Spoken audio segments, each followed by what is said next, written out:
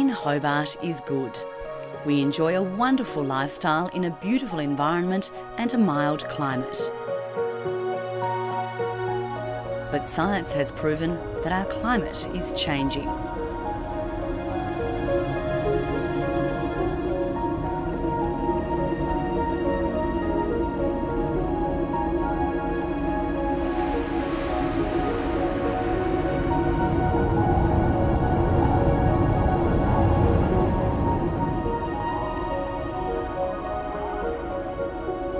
We like to see our city as a friendly, welcoming place, but we also like to see it as being out there, pushing the envelope in terms of ideas and innovation, and we've certainly done that with respect to the climate change issue. The Hobart City Council has been serious about tackling climate change for over a decade and has been recognised as a leading Australian city in its approach. We are in a situation where, yes, the climate is changing and we are going to have to make changes about every aspect of our lives at some point.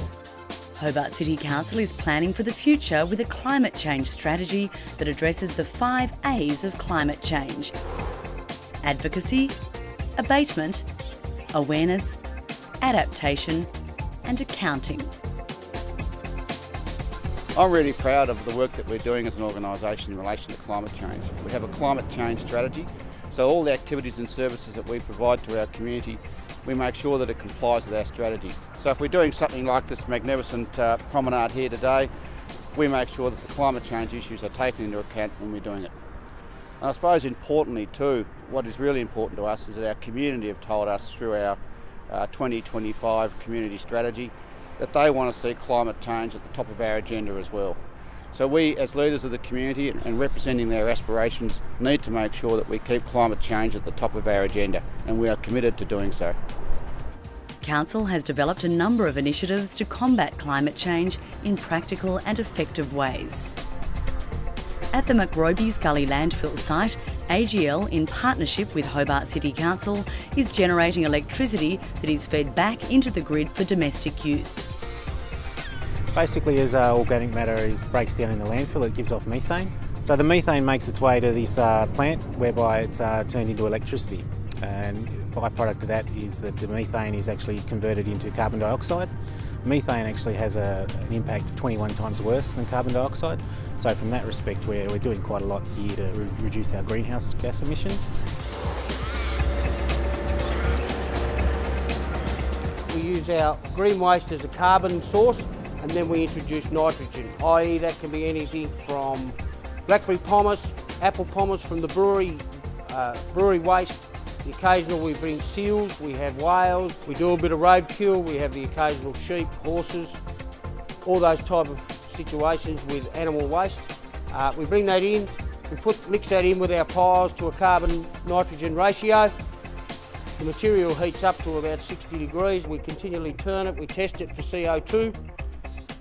We test temperature twice a week. After a period of about 4 or 5 months, this material's in temperature drops. Screen the material back out, put it into our bins here and resell it back into the marketplace. So we're actually buying time up in the landfill by not putting our green waste back into that landfill. Approximately half of Council's energy usage comes from lighting our streets. So when we looked at trying to decrease Council's energy consumption, the street lighting sector was one of the areas that we concentrated on. In consultation with Aurora, we decided to conduct a trial with 2 energy efficient street lights.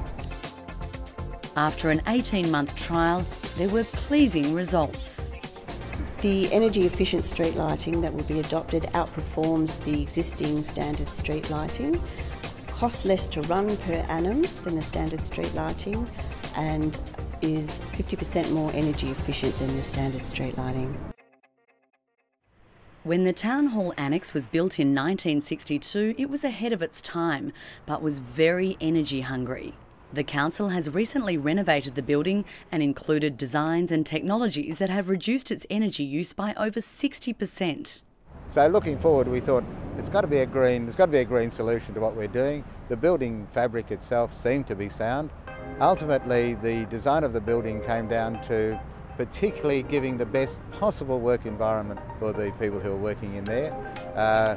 And that meant, first of all, they only breathe fresh air. In a clever and effective design, treated effluent is being used to heat the building. So over winter time we're making use of the embodied energy in that waste effluent rather than trying to extract heat from the atmosphere.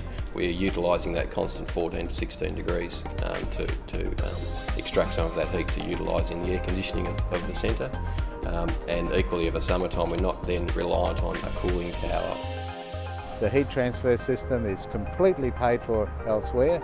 The building has opening windows, so everybody who works around the perimeter building can open a window. Really makes people feel like they're in control of their environment. As part of the rebuilding of the outside of the building, we've installed stainless steel shade structures on both faces of the building to reduce the impact of morning and afternoon sun, and this also helps the air conditioning work more efficiently. If you walk through the building when the building's dark, you'll notice all the lights just go on by themselves. They also go off by themselves when you go away. It means everybody has to stay awake, which is a really good advantage of that. Yeah, look, I guess when people ask, is climate change real? The fact is that I reckon the science certainly proves that. And when you look at a lot of the science that's been done, certainly in the Antarctic, it's pretty hard to refute. But if people have doubts, always bear in mind that what we're doing as a council and indeed as a community ends up saving money. The council is the only council to offer rebates to its residents who install solar hot water, insulation in rental properties and build with energy efficient designs. Since 2007, it has provided 450 rebates. Council is also giving residents an opportunity to assess their own footprint. The council has developed a home energy audit toolkit. Our residents can take that home and the various implements in it can be used around their household, and using those they can work out ways to save on their power bills. A lot of people put the name down again to hire the kits out. They said they found it really useful and know how to save on their energy. So yeah, it's been really good. Their favourite thing would be the thermometer that they use in the fridge, because they didn't realise how much energy their fridge actually uses. The way we travel is a major feature of the way a city operates, but is also a major contributor to greenhouse gas emissions. There are real benefits for everybody in promoting a more sustainable transport system. High levels of walking and cycling and public transport use in our community have been shown in other communities around the world to improve public health. There are huge cost savings and huge community benefits in having a healthy, active population. A big part of the strategy is about looking at every journey and seeing where we can substitute those journeys for something more sustainable to improve the quality of life for everybody. Council is working on a future development plan for the inner city. And we've engaged world-renowned urban architect and urban designers, Gel Architects from Copenhagen in Denmark, to prepare that plan for us. The goal for the inner city development plan is really about returning the city to the people, and it is about making inner city Hobart a place where people want to come in and spend time. And Jan Gel is spending over a year looking at the city to have a look at what we can do right here in the inner city to develop it and to change the way it functions to really support pedestrian, cycling and public transport use into the future. We've also put in the first real urban bicycle lanes in the city along Argyle and Campbell Street, and we're now starting a major consultation on Sandy Bay Road to look at what the community is looking for safe facilities down there.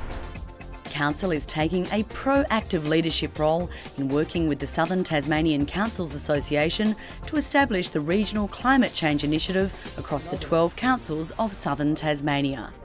The group meets quarterly, focusing on cooperative climate change action such as adaptation and sustainable behaviour change. We are leading our region on climate change. We've set up the Regional Climate Change Initiative with the Southern Tasmanian Councils Authority. Through that, we're actually predominantly hoping to take action on climate change adaptation, so how we as communities adapt to climate change, the impacts of that. Whatever we do, it is a benefit to not only the community but to the globe. The plant's actually destroyed methane equivalent to taking about 46,000 cars off the road. We think this is a major step forward in air conditioning. We've managed to reduce our greenhouse gas emissions by 70% within the corporation. It's also produced enough electricity to power about 1,000 average Tasmanian homes per annum. So we just got a 100% closed loop. What comes out of the ground is going back into the grid.